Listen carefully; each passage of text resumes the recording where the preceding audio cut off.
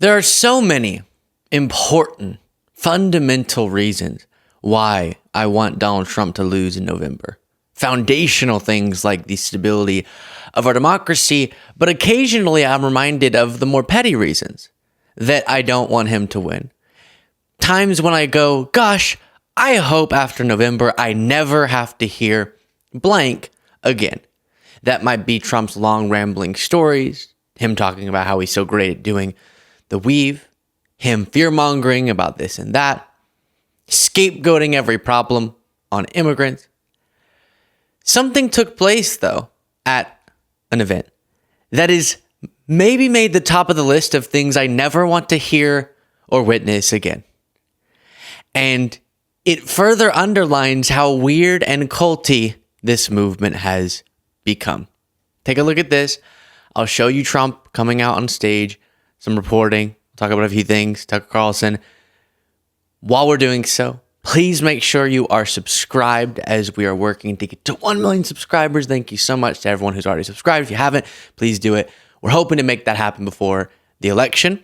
Here it is. One thing that is new that I haven't heard is when Tucker Carlson was speaking tonight, he started to say that if Donald Trump were to win, it would be like, quote, daddy's home, daddy's coming home. And he said that Trump, like God, loves all of his children, talking about the mainstream media, in his words, and Democrats, and said that Trump would need to give them a good spanking. Now, this is something the crowd went wild for here. There are thousands of people here. And when Trump came on stage, as you can see, speaking behind me, they started screaming and chanting "Daddy's home" and "Daddy Don." So this is something. Before I show you the clip that she's referring to, why? What is the situation in people's lives that leads them to let leave their mouth Daddy Don and Daddy's home talking about Donald Trump? What went wrong in your life that the journey of your life led to Daddy's home referring to a politician? It's so creepy. It's so creepy. Now, before getting to them yelling this at Trump, here's why I guess they were using this phrase. Tucker Carlson channeling every ounce of creep he possibly could to say this. If you allow your 2-year-old to smear the contents of his diapers on the wall of your living room, and you do nothing about it, if you allow your 14-year-old to light a joint at the breakfast table, if you allow your hormone-addled 15-year-old daughter to slam the door of her bedroom and give you the finger, you're gonna get more of it. And those kids are gonna wind up in rehab. It's not good for you, and it's not good for them. No. There has to be a point at which dad comes home.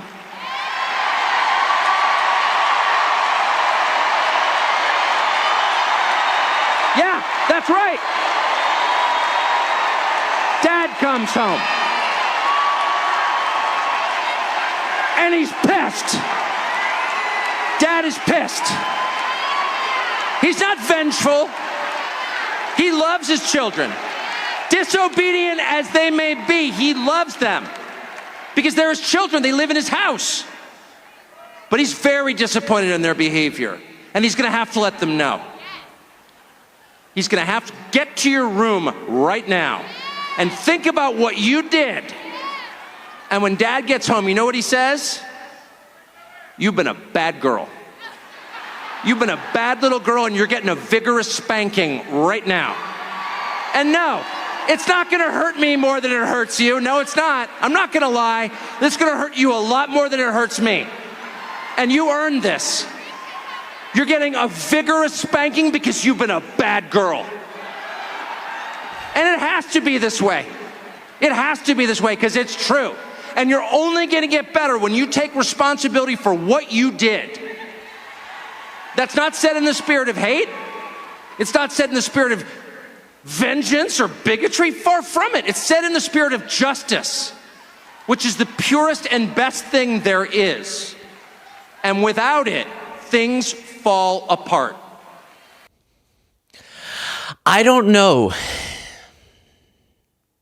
what Tucker's deal is, But that was something else. I'm actually weary to make jokes about it because there's so many to be made, and I feel like at some point I'll stumble across one that I'll regret saying. But let me put it this way. Tucker seemed way too into that statement he just made. A vigorous spanking. Oh, Donald, come give me a vigorous spanking and tell me daddy's home. Oh, no. There it is. The joke I regretted. Well, that led the crowd to go, yes, it's not just Tucker who wants to experience the firm hand of Donald Trump coming forcefully at their buttocks. But apparently the crowd wants it as well. Now, of course, it's actually not them who in this analogy get the spanking, it's us, right? Because the further context of this clip is him saying, we let them have their fun. They said that they won the election, but then they did all these terrible things. And so now it's time to say no more, daddy's home. And that's where he gets to, we're going to spank you, little girl, which that by itself is rather problematic, not to mention the implications of it. Well, then Trump comes on stage, and before the speech even begins, I've had enough with it because of what the crowd has to say.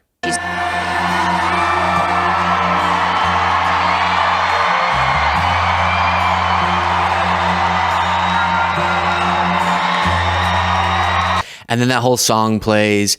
And at one moment you can hear there's sort of conflicting chants. The CNN reporter was in the room and she heard, it's hard to tell what people are chanting, but apparently it was Daddy Don and Daddy's home. I feel so weird. I keep repeating that. I feel like I have to make the point, but something feels like a little part of me is dying every time I say it. And then just conflicting with people chanting USA. And that represents the modern Republican Party. People who think, wait, aren't we still supposed to be patriotic to the USA? Oh, no, now we're just loyal to Trump. Now we're just wanting Daddy Trump.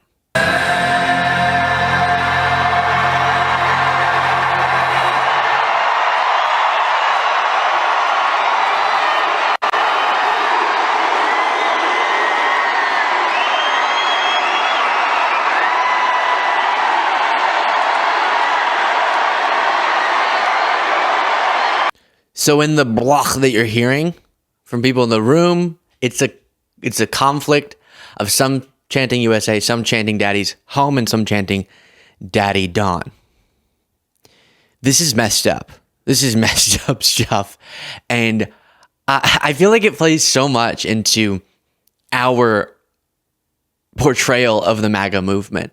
It's so strange to leave an argument with someone, as I imagine some of these folks did, saying, we're not in a cult. What are you talking about? You're in a cult. You're in the Kamala cult. We're not in a cult. We just like his policies. All right, get out of here. Daddy's home. Daddy's home. Cult. That's cult. And that, what we just witnessed, might have just become, aside from the important policy reasons I want Trump to lose, the top reason I want Trump to lose for the petty reasons, which I never want to hear Tucker Carlson.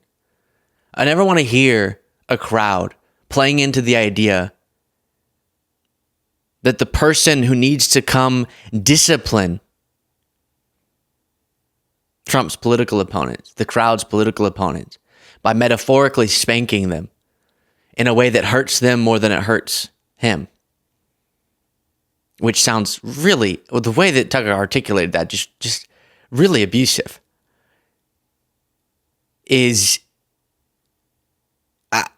I never want to hear that again. Never, ever, ever. Please don't give us 4 more years of this. And if you're thinking that you've been hearing a lot of people correctly sound the alarm about the ability for Trump to win this election despite all of this, it's so true, and we have to be real with ourselves. There's also a hopeful reality that's very plausible that Harry Enton breaks down here. We have been talking about the idea that there's going to be a historically close election. I think I might have said it on this particular program, but in fact, will the winner get at least 300 electoral votes? The answer is majority yes. There's a majority yes chance, 60% chance that the winner of this election gets at least 300 electoral votes versus just a 40% chance that the winner ends up getting less than 300 electoral votes. So for all the talk that we've had about this election being historically close, which it is, chances are the winner will still actually score a relative blowout in the Electoral College. Oh, my God, you're making my hair hurt. Boom. How can it be that it's so close, but yet still more likely than not that it's a fairly big victory in the Electoral College? Yeah, so let's take a look at that polling average, all right? So if you look across the 7 key swing states, the 7 closest states, in all of them, the margin right now is under 2 points, under 2 points. But keep in mind, polling ain't perfect, my dear friends.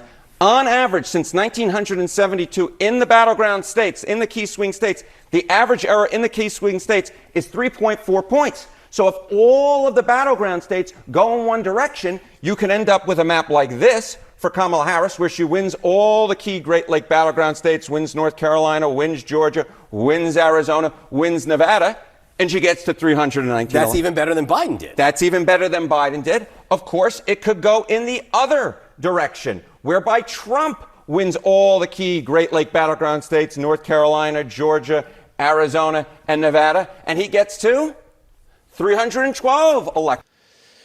One of the things that Harry Enten, I think, said in the caption for this is that Trump, in previous election, 2016 and 2020, but definitely, obviously, 2016 leading to the victory, he outperformed the polls enough to win the election. In this case, because of how tight all the swing states are in the polls, and I will say another hopeful angle is the early vote count and the share of the early vote in Pennsylvania, for example, have hopeful indicators for Democrats. All Harris has to do with her ground game is outperform the polls a little bit, and then she sweeps the swing states, because one of the points that Enten made is often whenever the polls underestimate a candidate in one swing state, that's playing out across all the swing states because it's the same pollsters doing the same methodology.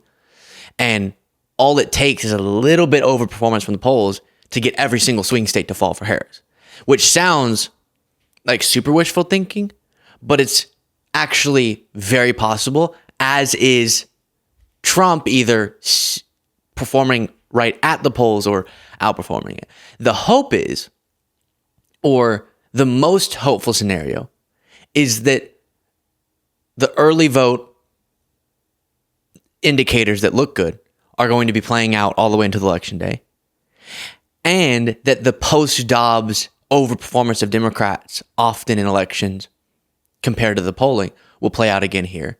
And then it's going to be a much easier election, a much more clear victory, where we don't have to come down to one state and, oh no, we're challenged as one state, but a bunch of states go for Harris, and it's going to be much harder for Republicans to deny the results, even if they end up doing it. Which doesn't take away from the scary numbers we are getting from the polls and how real the possibility of a Trump victory is, but it does emphasize, that just as real a possibility is Harris winning by a very large margin, and there's a 60% chance, according to Enten's numbers, that one of the candidates will win an electoral blowout. Even if it's close in the swing states, the electoral count at the end won't look like the election was close. It looks sort of like a landslide. And if that goes for Harris, we could really see an impact on the Republican Party that sends a clear, concise message that this MAGA thing, if you ever want to have an electoral chance again consistently, it's got to go. You can't make this the definition of your party. And we could finally push out of our political discussion this Trumpism and never have to hear about Daddy John, as they said, again. Let me know what you thought in the comments. Support the show. Get the members-only bonus show by clicking the join button below.